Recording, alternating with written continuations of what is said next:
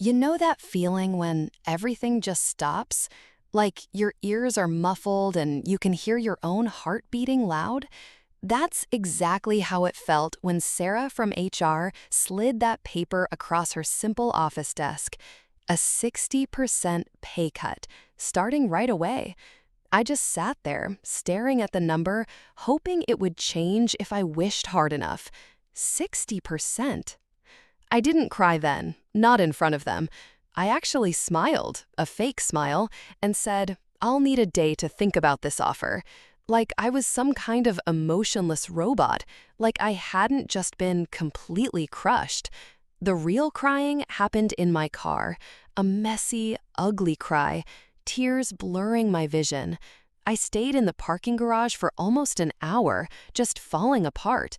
Because what do you do when the company you've given 9 years of your life to decides you're worth less than half of what they paid you yesterday? Sorry, I should introduce myself.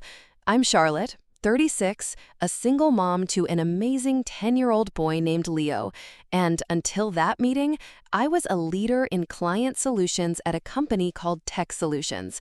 It's still hard to talk about, even 3 years later. If you're reading this, could you just leave a comment or something? I need to know I'm not alone, that someone else understands what it's like to have your whole life feel threatened in a short meeting.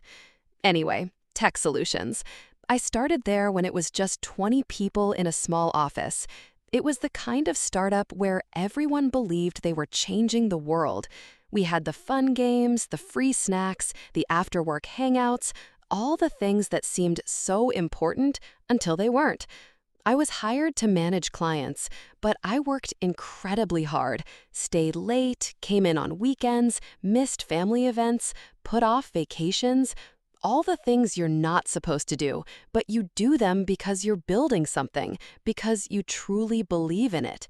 And I was good, really good. Within 3 years, I was handling our most important clients, the ones that brought in over 70% of our money. I knew their systems, their problems, their birthdays, their kids' names. These weren't just business accounts to me. They were relationships I had personally built. When Leo's dad decided being a father and husband was holding him back and moved away with a new partner, those client relationships became even more important. They weren't just my career. They were my safety net, my way to survive. By year 5, I was promoted to director. I had a team of 8. I had a share in the company's future. I had a salary that meant I could afford our home and Leo's medicine without having to choose between food and bills. For the first time since my divorce, I could breathe easily. Then a big company, Global Corp, bought us. I can still remember the company meeting.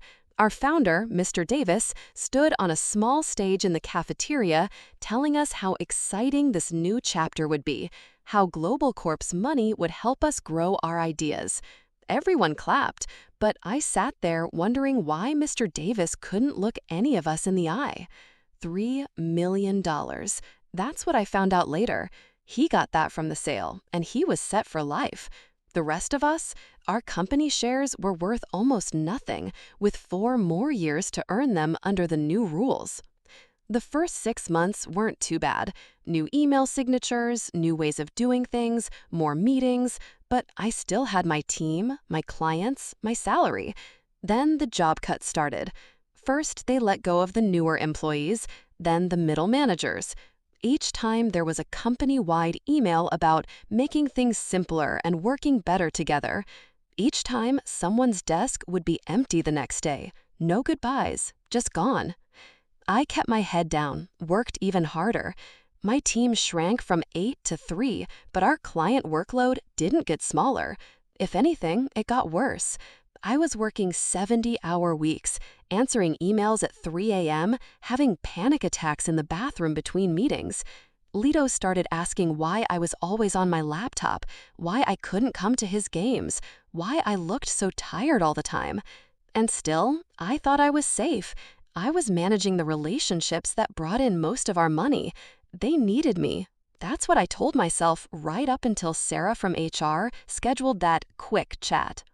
I should have known something was wrong when I walked in and saw Mr. Smith from Global Corp sitting there.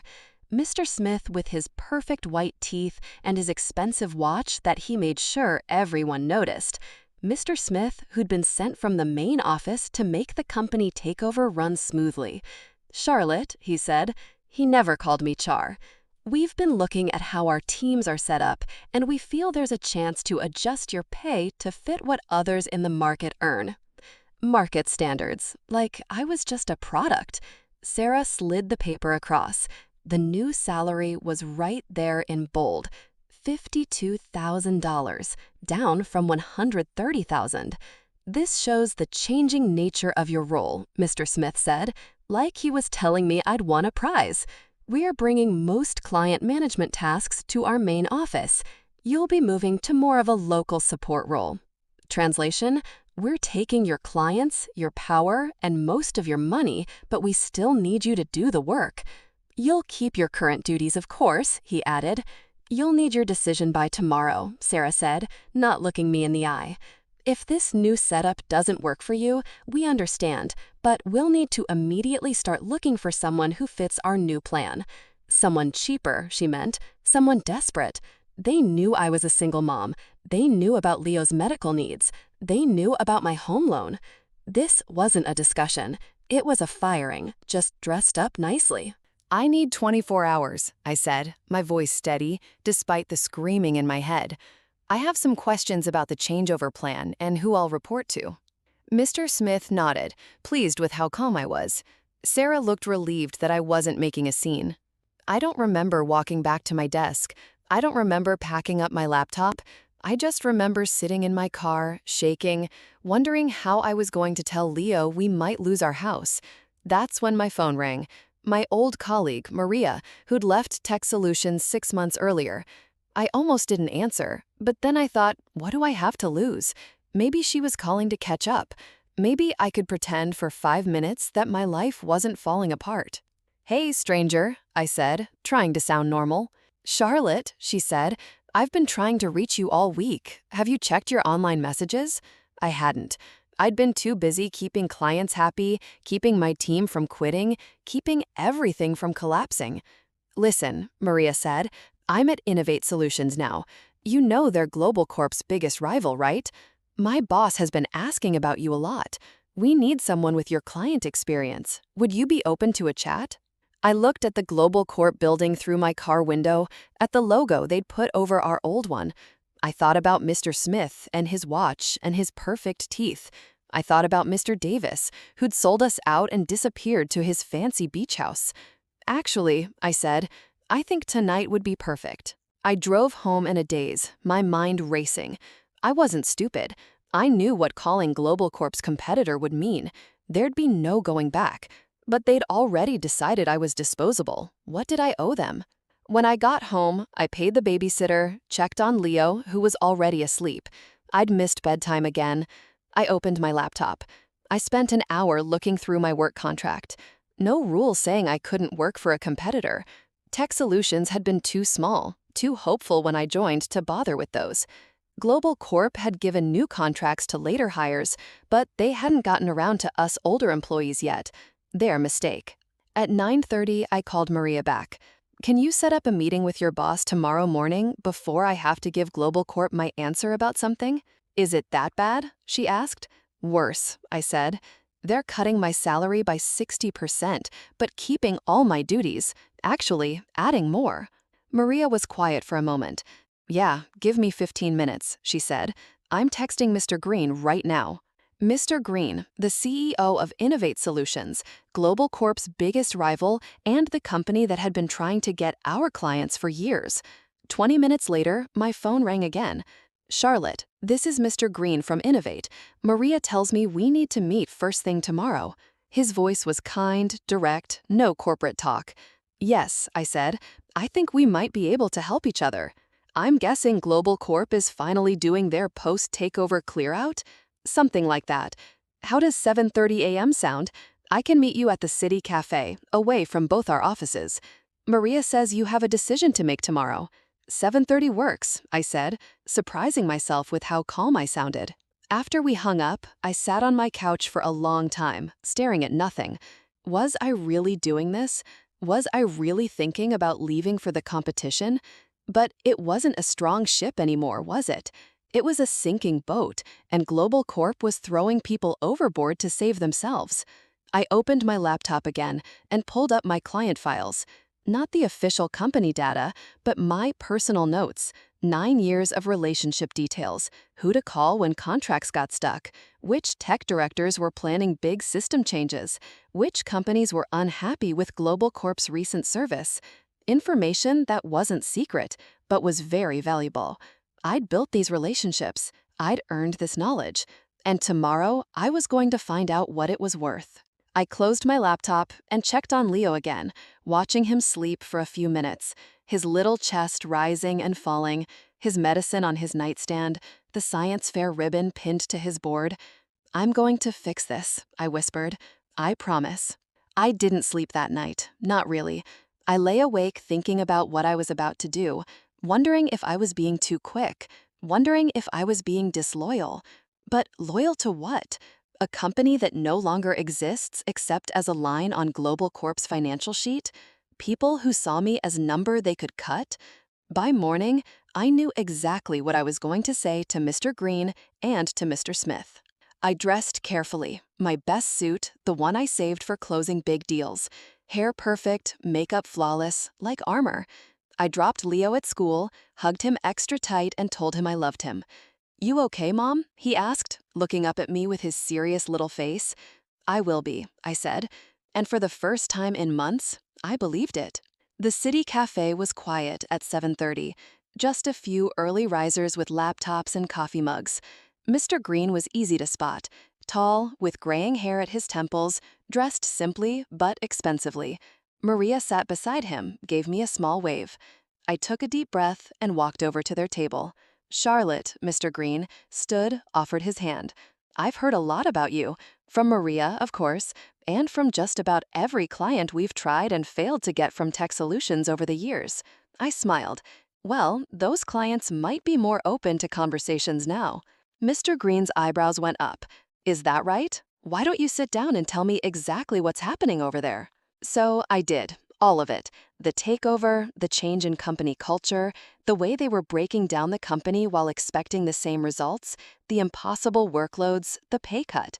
Mr. Green listened without saying a word. When I finished, he glanced at Maria, then back at me. "Charlotte," he said, "we've been waiting for you to call us." That sentence hung in the air between us. I remember taking a sip of my coffee to give myself a moment, because suddenly this wasn't just about saving my job. This was something bigger. "What exactly does that mean?" I asked. Mr. Green leaned forward. "It means we've tried to hire you 3 times over the past 2 years. Each time, your loyalty to Tech Solutions won out, but Global Corp doesn't deserve that loyalty. And frankly, we're ready to make you an offer that shows exactly how much we value your relationships and knowledge." He pushed a folder across the table. Inside was an offer letter. Director of Strategic Partnerships, $165,000 base salary, 25% annual bonus potential, health benefits that would cover Leo's medications completely, stock options. I couldn't finish the sentence. "Fair market value for someone with your skills and client list," Mr. Green said, "plus a bonus if you can start within 2 weeks." I stared at the number. It was $35,000 more than I'd been making at Tech Solutions, more than 3 times what Global Corp was offering me. "Why?" I asked. "Why this much?" Mr. Green didn't hesitate. "Because we've lost 8 major contracts to Tech Solutions in the past 4 years, all accounts you managed. Because our research tells us that when clients work with you, their loyalty rate is 94% compared to an industry average of 71%. Because I've personally had 3 tech directors tell me they stay with Tech Solutions because of you." He took a sip of his coffee. "You're not just an account manager, Charlotte. You're a competitive advantage, one that Global Corp is too foolish to see." I felt something change inside me. A lifetime of being underestimated, of working twice as hard for half the credit, of smiling through meetings where men repeated my ideas louder and got praised for them. And here was someone who actually saw my worth. "There's one more thing," Maria said quietly. "Tell her, Mr. Green." Mr. Green nodded. "We've heard rumors that Global Corp is planning to move all client services overseas within 8 months. They're using these pay cuts to push people out so they don't have to pay severance." My stomach dropped. "How do you know that?" "Their new operations head came from another company. He did the same thing there 3 years ago. It's his usual plan." 8 months. They weren't just cutting my pay. They were getting rid of my job entirely. They just wanted me to train my replacement first. "I need to pick up my son from school at 3, I said, surprising myself with how steady my voice was. "But I can come back to innovate with you right now. I'd like to see the office before I make a final decision." Mr. Green smiled. "Of course, and we'd like you to meet the team." 3 hours later, I walked back into the Global Corp regional office with a signed offer letter from Innovate in my bag and a plan forming in my mind. Mr. Smith was waiting in the conference room, looking impatient. Sarah sat beside him, a folder with my name on it in front of her. "Charlotte," Mr. Smith said, not bothering to stand, "have you made your decision?" I sat down across from them, placed my hands flat on the table, and smiled. "I have some questions first," I said. Mr. Smith sighed dramatically. "We really need a simple yes or no today. As we explained, we're changing the entire department." "I understand, but I manage our 10 largest accounts. I'd like to know who will be handling the big project next month and the contract renewal in June." Mr. Smith waved his hand dismissively. "We'll spread those duties out as needed. That's not something you need to worry about." "Actually, I do worry about it. I promised Miss Emily at the big project that I'd personally oversee their change, and Mr. David specifically asked for my involvement in the renewal talks. Those are company relationships, not personal ones. Now, about the offer. Is it true you're moving client services overseas in 8 months?" I asked. The color drained from Mr. Smith's face. Sarah suddenly became very interested in her folder. "Where did you hear that?" Mr. Smith asked. "Is it true?" "That's secret company information." "So, that's a yes." I leaned forward. "Were you planning to tell me that before I accepted a 60% pay cut to train my replacement?" "This meeting is about your current offer, not what might happen in the future," Mr. Smith said, his jaw tight.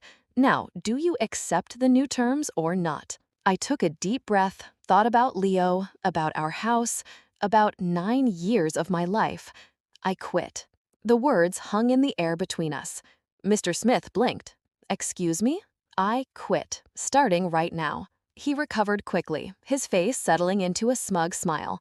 "I'm afraid company rules require 2 weeks' notice from director-level employees." "Check my contract," I said. "The original Tech Solutions contract that was never updated after the takeover. It states that notice periods are the same as severance periods. Since Tech Solutions never offered more than 1 week of severance, that's my required notice." The smile faltered. "You'll need to hand over your accounts." "Actually, I don't. My contract also states that if my pay is cut by more than 15%, all handover requirements are waived." I stood up. "That was added after a former employee tried to hold his clients hostage for a better severance package. You might not remember that since you weren't here, but I helped Mr. Davis write that rule." Mr. Smith was turning an interesting shade of red. Sarah looked like she wanted to disappear into her chair. "You can't just walk out on your duties," Mr. Smith sputtered. "Watch me." I turned to go, then paused, at the door. "Oh, and I've accepted a position with Innovate Solutions. Since Tech Solutions never put in a rule against working for competitors, and Global Corp never asked me to sign one, I'll be starting there on Monday." The explosion I expected didn't come.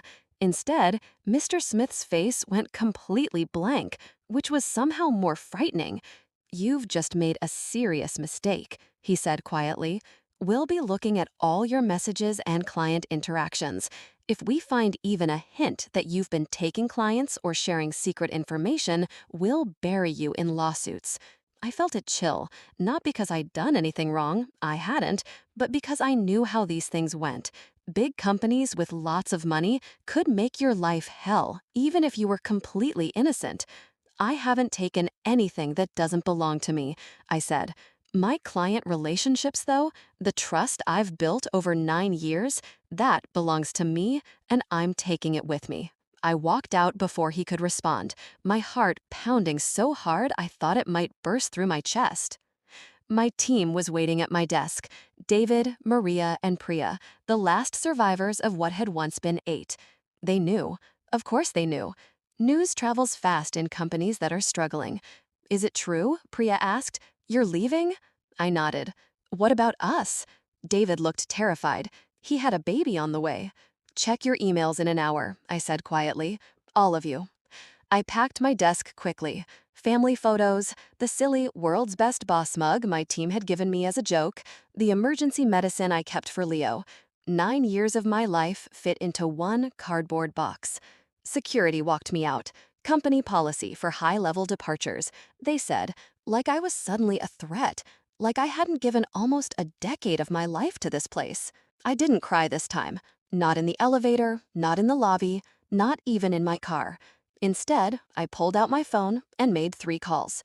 First, to Mr. Green. I've quit. They took it about as well as you'd expect. We'll have our legal team ready, he said. Don't worry. Second, to my old boss, Mr. Davis. He picked up on the 4th ring, sounding like he was on a beach somewhere. Charlotte, is everything okay? Not really, Mr. Davis. Global Corp just tried to cut my salary by 60%. I quit and took a job with Innovate. Silence. Then, I'm sorry, Charlotte. The takeover wasn't supposed to go like this. But it did, I said. And now they're threatening to sue me for accepting another job, a job that pays me what I'm actually worth. More silence. What do you need from me? I need you to remind them that you never put rules against working for competitors at Tech Solutions because you said, and I quote, if we don't treat people well enough to make them want to stay, we deserve to lose them. Mr. Davis sighed. I'll call Mr. Harrison at Global Corp myself. This isn't right. My 3rd call was to Miss Emily, the tech director at a big client whose system change was set for next month. Emily, it's Charlotte. Charlotte, I was just about to call you. We need to speed up the timeline on the change by 2 weeks. The board? Emily, I interrupted gently. I'm not with Tech Solutions anymore, as of today. The shock in her voice was clear. What? Where are you going? Innovate Solutions, Mr. Green's company, our backup provider. Yes. There was a long pause. Is this because of the Global Corp takeover? We've been worried about that ourselves. Service has been getting worse. It is. They're making big changes, including taking me off your account. Another pause? Without telling us? Yes. Who's taking over the change? They wouldn't tell me. Emily said. And that's why I loved her. 20 years in tech had removed any fake politeness. This change is very important for us. The board is watching it closely. We specifically asked for you in the contract. I know. I'm sorry. Don't be sorry. Send me your new contact info at Innovate. We need to talk. By the time I picked Leo up from school, I'd received 14 text messages and 23 emails. 6 from my team, forwarding messages from Mr. Smith telling them to keep clients happy and get documents ready for all my accounts. 1 from Mr. Davis, confirming he'd spoken to Mr. Harrison directly, and the rest from clients who'd somehow already heard I was leaving. Mom, Leo climbed into the car, immediately sensing something was different. Why are you picking me up? It's not Friday. I turned to look at him. This beautiful, serious little boy who deserved so much better than a mother who was always working, always stressed, always one bad month away from financial trouble. I left my job today, I said simply. His eyes widened. The one you're always working at? The one that makes you cry sometimes when you think I'm asleep? My heart broke a little. Of course he'd noticed. Yeah, that one. Good, he said firmly. I didn't like how they treated you. Out of the mouths of babes. I got a new job, I told him. One that pays better and will give me more time with you and better insurance for your asthma medicine. He thought about this. Will you be able to come to my science fair next month? Front row, I promised, with embarrassing signs and everything. He grinned. Cool. That night, after Leo was asleep, my phone rang. A number I didn't recognize.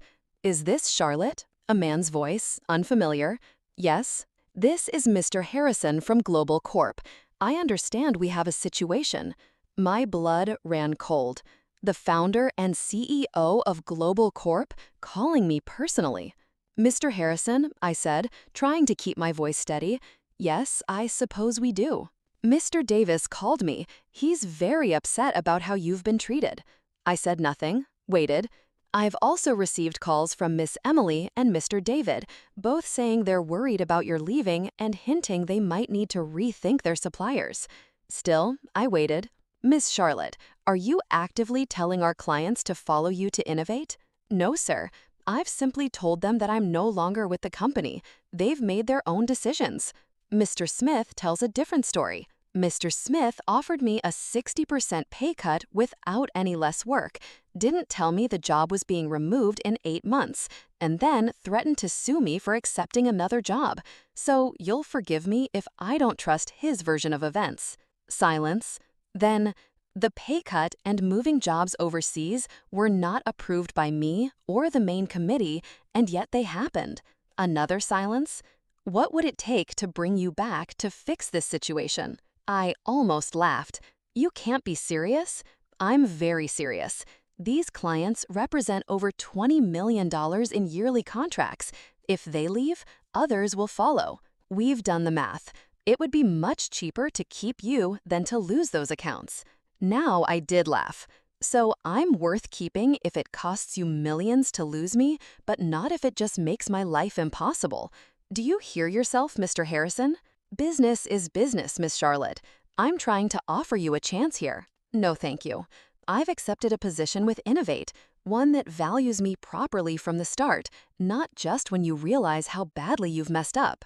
We're prepared to match their offer plus a bonus to stay. It's not about the money, I said, surprised to find I meant it. It's about respect. It's about 9 years of my life that your company ignored without a thought. It's about the fact that you're calling me now not because how I was treated was wrong, but because it's becoming expensive. What do you want then? He sounded truly confused. I want you to treat the people who are still there better than you treated me. I want you to look at what Mr. Smith is doing to that office and ask yourself if that's really the company you want to build. That's it? That's all you want? That, and for you to stop threatening to sue me. I didn't steal anything. I didn't take anyone's clients. I simply refused to be undervalued. There was a long pause. No lawsuit, he finally said. You have my word. As for the rest, I'll be visiting the local office next week to see things for myself. 3 days later, I started at Innovate. They gave me a real office, not just a small cubicle. My team? Yes, I got to build my own team, included Maria and David, who'd quit Global Corp the day after I left. Priya stayed behind. Her visa was tied to her job there. 2 weeks after that, Mr. Smith was looking for other opportunities. Sarah from HR too. A month later, Miss Emily called to tell me her company was moving their business to Innovate. The team they sent couldn't find their way out of a paper bag, she said. And when I complained, they told me my expectations were unrealistic. Mr. David followed 2 months after that, then other companies. By the 6-month mark, 5 of my former top 10 clients had moved to Innovate. Not because I took them. I was very careful never to start those conversations. But because relationships matter, trust matters. And when you've spent years proving yourself, people notice when you're gone. Mr. Harrison Kesword. There was no lawsuit. There was, however, a complete reorganization of the local office. The plan to move jobs overseas was quietly dropped. Salaries were adjusted to better match what others in the market earned. Too little, too late for many, including me. It's been 3 years now. I'm still at Innovate, now an executive vice president. I have a team of 22. I make more money than I ever thought possible. Most importantly, I make it home for dinner with Leo almost every night. I haven't missed a science fair or a soccer game in years. Last month, I ran into Mr. Davis at a tech conference. He gave me a hug, told me he was proud of me, said leaving Tech Solutions was the best career move I could have made. I should have protected you all better, he said, looking truly sorry. I thought Global Corp would keep their promises. It's business, I said, echoing Mr. Harrison's words to me. To me, but that's a lie, isn't it? It's always personal. Our worth, our lives, they're deeply, truly personal. Pretending otherwise is just a way for companies to treat people as if they're easily replaced. The real victory wasn't the clients who followed me. It wasn't Mr. Smith getting fired or Global Corp losing millions. It wasn't even my beautiful new office or my big salary. The real victory was discovering my own value, standing up and saying, no, I am worth more than this. I deserve better. And then going out and creating that better for myself. I think about that meeting with Sarah and Mr. Smith sometimes. That paper sliding across the desk, that moment when they thought they had all the power and I had none. They were wrong. We all have power. Sometimes we just need to be pushed to our breaking point before we realize it. So, if you're reading this and you're in a job that doesn't value you, that treats you like you're lucky to be there when they're actually lucky to have you, know this: you have options, you have power, you have worth. And sometimes the best victory isn't about getting back at anyone. It's about getting away and building something better, even if it takes just one phone call to change everything.